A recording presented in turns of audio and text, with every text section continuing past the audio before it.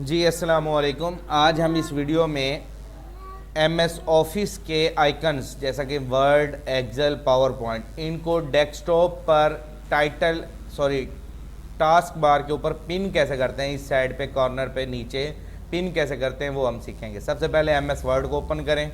जैसे ओपन हो जाए इस आइकन पे राइट क्लिक करें और यहाँ पे लिखा हुआ है pin this program to taskbar, इस पर क्लिक कर देंगे तो ये टास्क बार पे पिन हो गया है। ये देखिए बंद किया तो भी ये चल रहा है। इसी तरह हम एक्सेल पे डबल क्लिक करें, उसको ओपन करें, राइट क्लिक करें और pin to the program taskbar, तो ये एक्सेल हो गया।